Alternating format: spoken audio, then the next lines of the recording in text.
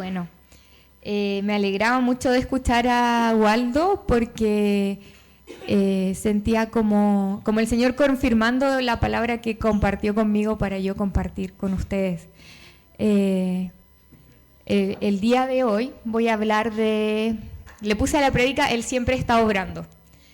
Y creo que lo que nos contaba hoy día Waldo de lo que pasó con el templo y todo esto es una clara señal de eso, de cuando creemos que no está pasando nada, ¿cierto? Y no tenemos idea de todo lo que Dios está haciendo y cómo después eso nos sorprende. Entonces, cuando no vemos nada, Dios sigue trabajando. Y bueno, primero, antes de partir oficialmente, decirles que para mí es un tremendo privilegio poder estar aquí compartiendo una palabra. Creo que es una bendición de Dios poder hacer eso y realmente espero poder como expresar lo que Dios quiere expresar el día de hoy. Bueno, hay una verdad que nos cuesta aceptar y es que Dios muchas veces trabaja donde nosotros no estamos viendo nada. Y cuando nosotros no vemos nada, asumimos que no está pasando nada, ¿verdad? Yo creo que esto es algo que nos pasa a todas las personas por igual. Medimos en general por los resultados, medimos a Dios por los resultados que vemos, ¿cierto? Medimos el crecimiento por cuánto se está moviendo algo. Medimos la madurez por la intensidad que podemos ver. Pero el reino de Dios no funciona de esa manera. El reino de Dios comienza en lo invisible, en lo que nuestros ojos naturales no pueden percibir. Entonces podemos saber que la raíz crece antes que el fruto, ¿verdad? Y que la fe se forma antes que la evidencia. Y eso es lo que hoy día quiero hablar. Lo primero que vamos a ver en la Biblia es Marcos, capítulo 4. Marcos, capítulo 4, 35 al 41. Todos conocemos este momento de la barca, ¿verdad?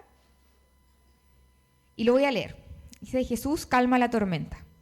Al atardecer, Jesús dijo a sus discípulos: crucemos al otro lado del lago. Así que dejaron las multitudes y salieron con Jesús en la barca. Pronto se desató una tormenta feroz y olas violentas entraban en la barca, la cual empezó a llenarse de agua. Jesús estaba dormido en la parte posterior de la barca, con la cabeza recostada en una almohada. Y los discípulos lo despertaron. «Maestro, ¿no te importa que nos ahoguemos?», gritaron. Cuando Jesús se despertó, reprendió al viento y dijo a las olas: «Silencio, cálmense». Y de repente el viento se detuvo y hubo una gran calma. Luego él les preguntó: ¿por qué tienen miedo? ¿Todavía no tienen fe? Los discípulos estaban completamente aterrados. ¿Quién es este hombre?, se preguntaban unos a otros. Hasta el viento y las olas lo obedecen. Entonces, aquí podemos observar varias cosas que pueden llamar nuestra atención. Primero, a mí me llama la atención, bueno, esta versión es la NTV, la Nueva Traducción Viviente. Entonces, de repente, claro, en otras traducciones encontramos palabras o formas de decir las cosas que pueden despertar como, uy, no me había dado cuenta de esto. Y algo que me llamó la atención es que él los invita y le dice: crucemos al otro lado del lago.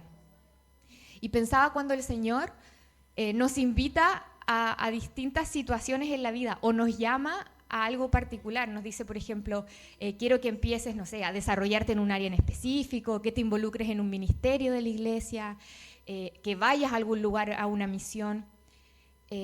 Y esa parte de la invitación es súper como intensa, es súper emocional, es súper llamativa, y nosotros generalmente es como, sí, Señor, obvio, quiero ir. O sea, como si el Señor me dice, vamos, crucemos al otro lado del lago, y es como, obvio que voy. Y partimos con esa emoción como tan potente que es como una motivación. Y nos subimos a la barca sin saber lo que va a pasar ahí. Y empiezan a pasar cosas que nos pueden asustar y nos pueden hacer creer que Jesús no está con nosotros en la barca. Pero algo que llama mucho la atención es que en este momento de la tormenta, que los discípulos y Jesús está en la barca.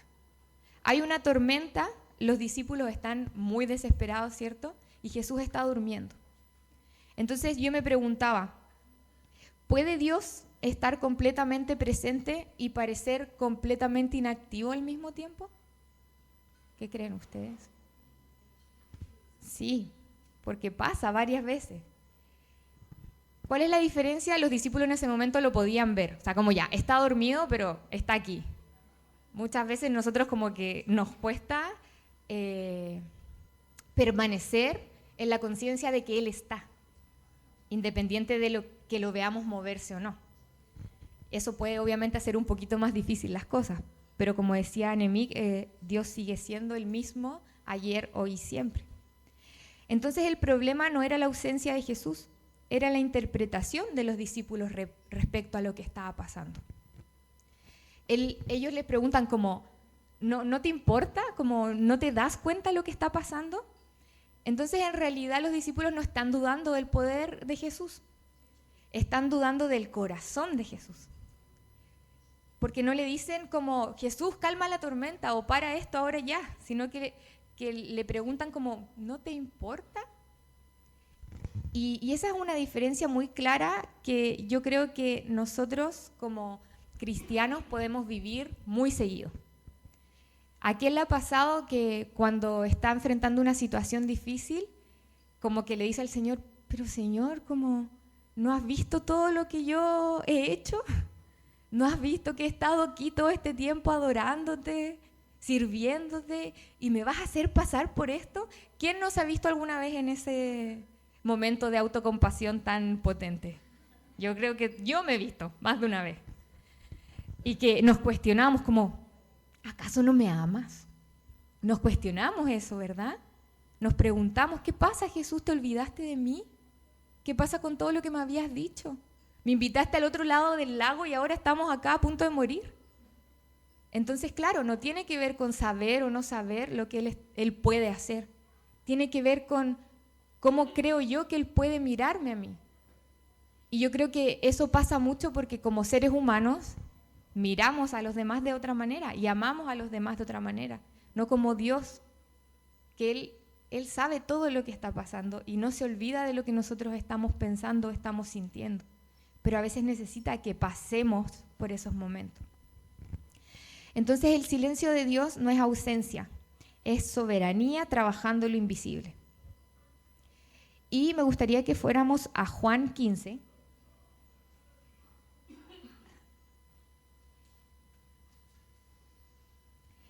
Juan 15, 1 al 5.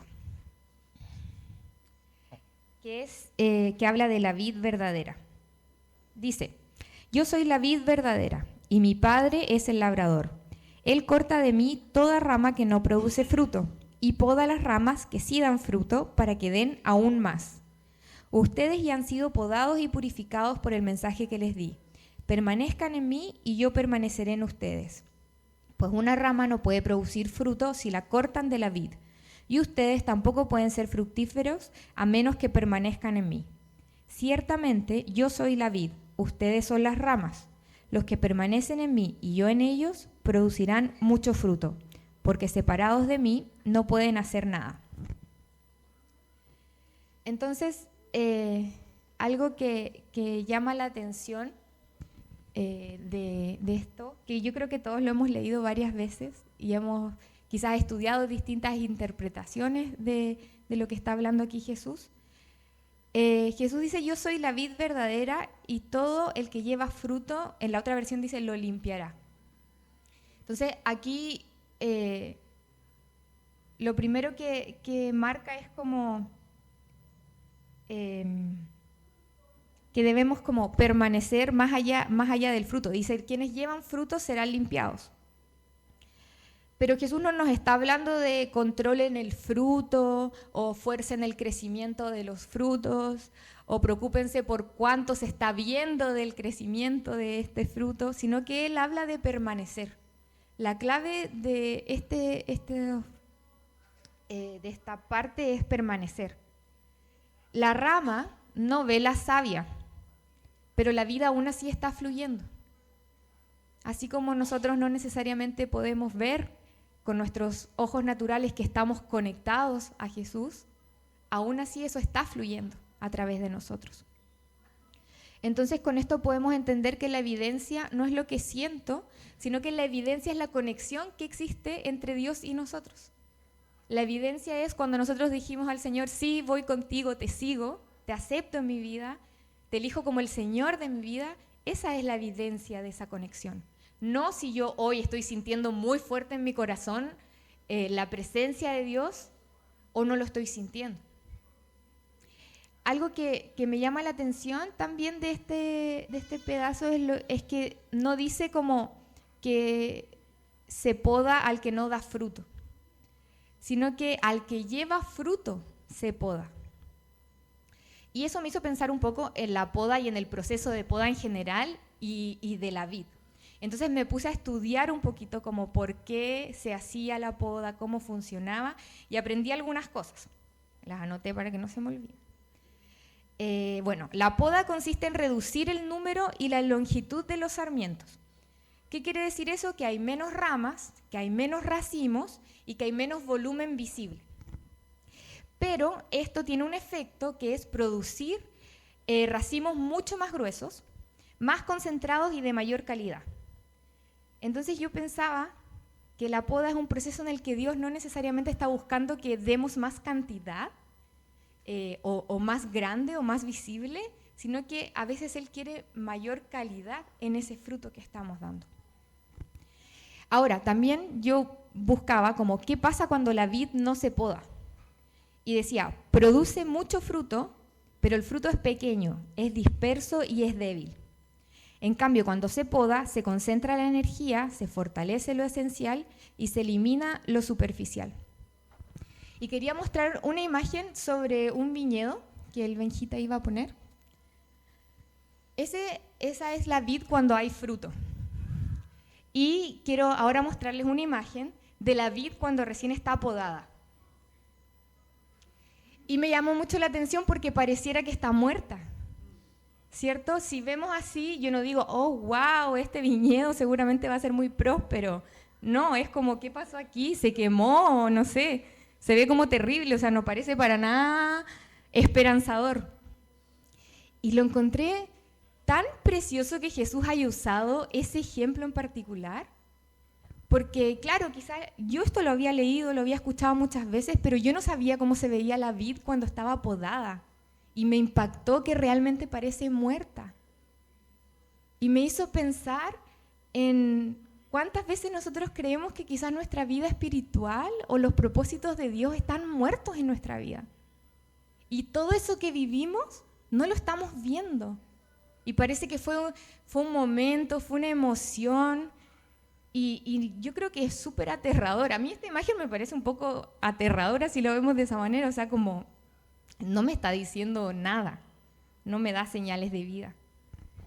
Y yo creo que muchas veces cuando Dios hace este proceso en nuestra vida, es sumamente consciente de lo que vamos a sentir y de lo que vamos a pensar. Pero también aprendí que la poda tiene un efecto en la vid, que es que extiende la vida de la vid. Evita que se desgaste prematuramente y asegura la cosecha para próximos años. Entonces es un proceso que parece ser un poquito terrible, pero es un proceso sumamente necesario para que la vid pueda dar fruto. Entonces a veces el Señor sí reduce nuestra visibilidad o sí reduce el fruto visible para poder preservar nuestra vida. Yo pensaba en esto respecto a que, porque la poda adapta la vid al espacio al que va a estar. Entonces el labrador la poda de tal manera porque sabe que va a estar en un espacio en específico como con una función específica. Entonces el Señor sabe cuál es nuestro propósito, ¿cierto? Él nos cuenta cosas de nuestro propósito y nosotros a veces creemos como, no, este es mi propósito, ta. Pero Él sabe específicamente cómo va a ser, dónde va a ser, con quién va a ser, a quiénes vamos a afectar. Y a veces eso es muy distinto a cómo nosotros lo imaginamos. Entonces, cuando Él hace esta poda como para poder preparar nuestra vida, nosotros no entendemos mucho. Y algo que aprendí de esto también es que la vid se adapta al terreno. Por eso es tan importante podarla. Porque si tú la dejas crecer, se adapta como a donde tú la pongas y se acomoda de tal manera de crecer ahí como pueda. Y yo creo que nosotros igual somos un poco así. Pensaban que aquí la mayoría sabe que estuve 2 años fuera estudiando en un instituto de entrenamiento ministerial en misión. Y ese terreno era muy diferente a este terreno. En ese terreno uno como que siento que los frutos eran un poco más visibles en el sentido de que uno ve como el mover del Espíritu Santo todos los días y a cada rato. Cada vez que sales con tus amigos a comprar pan, aunque sea, terminas evangelizando a alguien, oras por alguien se sana y uno llega a la casa muy feliz, contento a contar todas esas cosas. Teníamos clases todos los días adorábamos a Dios juntos, todos los días Dios se manifestaba de una manera impresionante y todo eso llevó a crecer en muchas cosas de una forma muy acelerada. Pero después el Señor me llamó a volver acá y el terreno fue diferente y uno también se empieza a adaptar a ese terreno. Entonces, en un principio yo me asusté y dije como, ¿qué pasó? Como todo eso que yo vivía allá se quedó allá. Y ya no se puede vivir acá, o todo lo que Dios me hablaba en ese tiempo, quizás me dejé llevar por las emociones y todo, y no era tan así. Pero entendí que Dios estaba buscando otra cosa, que Dios en ese momento no estaba buscando seguir como expandiendo, que los dones fueran súper visibles, y yo seguir así como quizás tan apasionada, sino que Él estaba buscando mayor profundidad en mi relación con Él. Una intimidad más potente, una intimidad que no depende de lo externo, sino que se afirma en el compromiso que se hizo. Entonces, algunas veces cuando había mucho movimiento y hoy no lo hay, Dios está formando nuestro corazón. Y no significa que está haciendo menos cosas, sino que está haciendo las cosas de manera diferente. Entonces, si Dios está reduciendo algo, quizás no es que Él esté quitando propósito o cancelando propósito. Él está concentrando el fruto. Dios obra en lo invisible. Quisiera que fuéramos a 2 de Corintios 4:18. Dice, así que no miramos las dificultades que ahora vemos, en cambio fijamos nuestra vista en cosas que no pueden verse, pues las cosas que ahora podemos ver pronto se habrán ido, pero las cosas que no podemos ver permanecerán para siempre. Y quisiera que fuéramos a Hebreos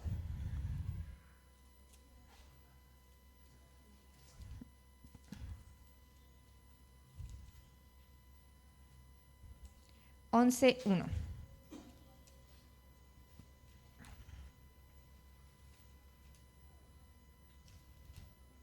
Ay, perdón, me demoré. Bueno, aquí es este versículo sobre la fe, pero está en esta otra versión y me gustó harto como para poder entenderlo. Dice, la fe demuestra la realidad de lo que esperamos. Es la evidencia de las cosas que no podemos ver. Esa parte de es la evidencia de las cosas que no podemos ver, creo que es muy clave. Porque la fe se trata de eso. Se trata de eso que no podemos ver. Se trata de enviar, por ejemplo, una solicitud a un ministerio que puede dar dinero a algo y que todos te digan que no, y hacerlo aún así. Y quizás ni siquiera... O sea, yo creo que incluso Nemic pensó en ese momento, no nos van a dar esto quizás. Pero es hacerlo, cuando no veo. Entonces, esto nos habla de cómo podemos poner la mirada en lo que no se... como cuando ponemos la mirada en lo que solo se ve, nos desconcentramos de lo que no estamos viendo, pero sí está sucediendo en el ámbito espiritual. Entonces muchas veces el Señor ocupa estos momentos como la tormenta para formar nuestra confianza, o la sequedad, esos periodos en el que sentimos como que, no sé, le hablo a Dios y no pasa nada, o lo adoro, lo busco y no siento nada, ya no lloro tanto, ¿cierto? Como que nos asustan esas cosas. pero quizás el Señor está buscando ahí profundidad, porque no podemos para siempre vivir solamente como te canto un rato, me emociono, mi corazón se quebranta, lloro y eso es todo. Tiene que haber más, tiene que haber profundidad, tiene que haber madurez en esa relación. Es como cuando alguien inicia una relación de noviazgo, al principio no sé, te puedes ver un rato y ay, estás tan feliz y todo es tan divertido y no sé qué, y pasan los años de un matrimonio y ya todo no es tan emocionante. Pero hay historia, hay profundidad, hay compromiso. Y eso es también lo que Dios quiere hacer con cada uno de nosotros. En la poda el Señor forma nuestro carácter. Es la única manera de que podamos crecer. Sería maravilloso poder crecer solo en los momentos de los frutos y de las manifestaciones. Pero ahí realmente no es el momento en que crecemos. Es cuando no vemos nada, cuando no sentimos nada, cuando creo que Dios no me está hablando, cuando creo que Dios no me está bendiciendo. Cuando parece que Dios no está haciendo nada, probablemente Él está haciendo lo más profundo. Hay algunos peligros cuando no vemos nada. Y yo creo que uno es autoexigirse y el otro es apagarse. Y ningún extremo está bien. A mí esto me pasó en un principio, como que sentía, chuta, ya no están pasando las mismas cosas que antes, tengo que hacer más cosas y me empecé a como, ya a todo digo que sí, entonces necesitan a alguien para tal cosa, me meto, me involucro, voy a la reunión de adoración, voy a la de alabanza, voy a la de no sé qué, hago todo con tal de poder sentir de nuevo eso que estaba sintiendo. Y no es realmente eso lo que Dios quiere, no es activismo lo que Él está buscando, Él quiere intimidad. Él quiere compromiso. Otra opción es apagarse. Por ejemplo, decir, bueno, quizás ya pasó. Era un tiempo en el que yo, no sé, estaba ya en un ministerio súper encendido. Obvio que iba a estar súper encendida, acá es más normal, bueno, ya. Quizás se va a pasar. Eso tampoco es bueno, porque eso es creer que todo el proceso es responsabilidad del Señor. Si bien Él está a cargo y Él es soberano, nosotros, una relación se construye de dos. Tenemos que responder de alguna manera. Entonces la respuesta no tiene que ser intensidad, sino que permanencia. ¿Y cómo yo puedo permanecer cuando no siento? Por ejemplo, congregarme. ¿Quién no se ha sentido alguna vez tentado a decir, ay, no voy a ir porque las últimas semanas la adoración no ha estado tan buena? No quiero ir porque va a predicar no sé quién y como que a mí no me llega tanto cuando predica tal persona. Y ponemos como nuestro compromiso a cosas externas, cuando en realidad nuestro compromiso es con Dios y Él nos llama a congregarnos, entonces yo me congrego independiente que sea divertido, que sea fome, que me guste, que no me guste. Como decía Waldo, no se trata de mí, no se trata de si esta congregación satisface o no satisface mis deseos. Por supuesto que uno puede elegir un lugar donde está, que le acomodan más ciertas cosas, está bien, pero si yo me comprometo a un lugar, no puedo solo estar ahí cuando me siento bien, cuando pasan cosas, cuando oran por mí, cuando hay manifestación del Espíritu Santo. Porque esa es una relación superficial. Es como que yo me juntara con un amigo solo porque nos reímos, porque, no sé, hacemos cosas divertidas, pero cuando, no sé, cuando me invita a su casa solamente a estar, ya no es tan interesante. No, mejor no voy, porque no vamos a hacer nada entretenido. Pero a veces en esos momentos de quietud, de más calma, de más silencio, cuando uno conoce cosas de las otras personas, ¿cierto? Es en los momentos de dolor, cuando uno conoce, por ejemplo, el verdadero carácter de otra persona, cuando está sufriendo, cuando está enfrentando algo difícil. Y Dios quiere vivir eso con nosotros, que nosotros lo conozcamos a Él y que Él se relacione con nosotros. Entonces no porque nos sintamos fuego tenemos que relajarnos, pero no porque no veamos frutos tenemos que desesperarnos. Este año que pasó vivimos la enfermedad de Perla y si bien tuvimos mucho miedo, porque fue como una tormenta, yo creo que debe ser de las primeras veces que he podido enfrentar una situación así, sabiendo que él estaba en la barca. Entonces, no es que no tenía miedo, no es que no estaba sufriendo, No es que no hacía a veces estas preguntas que son medias como autocompasivas, como Señor, ¿por qué a nosotros? Pero yo sabía que Él estaba. Y no sabía lo que iba a pasar, pero sabía que pasara lo que pasaba, Él iba a seguir estando. Entonces, una opción era, claro, que mi mamá no se sanara y se muriera. Pero Dios hizo algo tan espectacular en mi vida porque yo decía, sí, va a ser terrible, voy a llorar mucho, la voy a extrañar mucho. Todos saben que somos súper unidas y somos como una familia chiquitita, entonces nos necesitamos harto. Pero yo decía, Señor, si tú permites esto, o sea, tú sabes lo que estás permitiendo. Tú sabes lo que he vivido hasta aquí y quizás tú has preparado mi carácter hasta este punto para yo poder resistir esta situación. Y creo que eso es un milagro de Dios, poder experimentar algo así.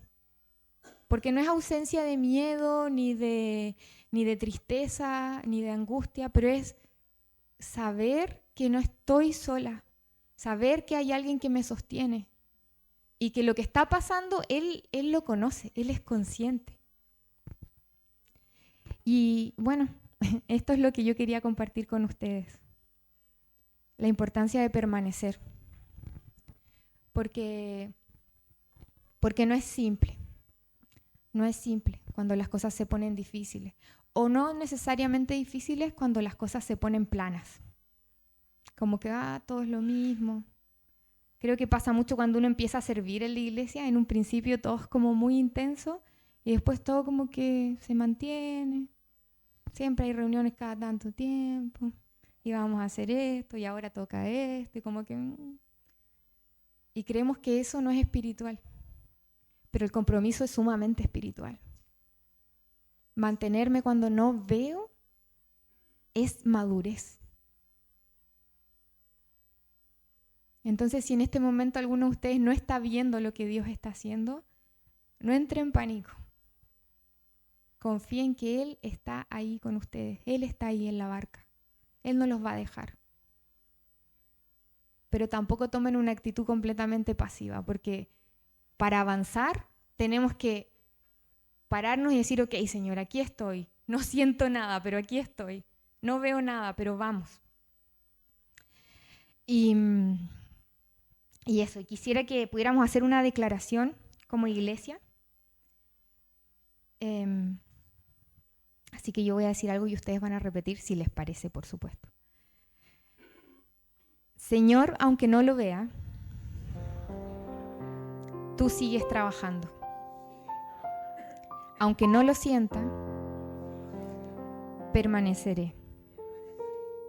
Si me podas, no me desconectaré. Confío en tu proceso, confío en tu soberanía y confío en tu fruto. Quisiera que pudiéramos tener un momento, con Leo preparamos un trocito de una canción que Dios estaba trayendo mucho a mi corazón mientras preparaba este tiempo. Y bueno, voy a buscar mi teléfono. Y quisiera que me acompañaran. Vamos a cantar todos juntos. Así que si quieren ponerse de pie.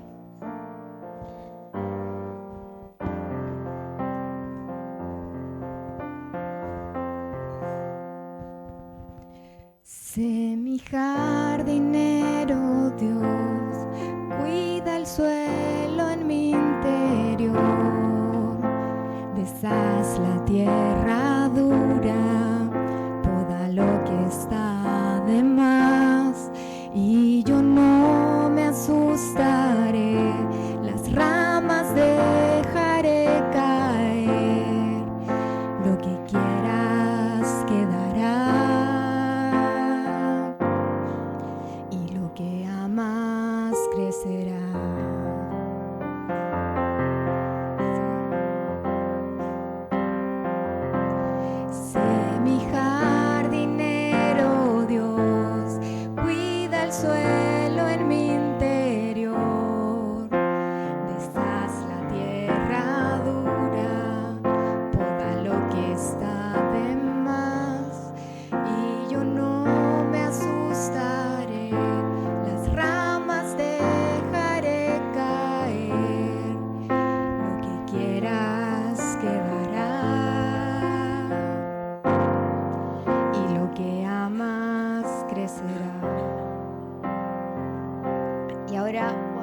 afirmar esta parte que viene. Permanezco en ti, permanece en mí, y yo confiaré en tus tiempos. Permanezco en ti, permanece en mí, y yo confiaré en tus tiempos. Sé mi jardinero, Dios, cuida el suelo en mi interior, deshaz la tierra dura, poda lo que está de más, y yo no me asustaré, las ramas dejaré caer, lo que quieras quedará, y lo que amas crecerá.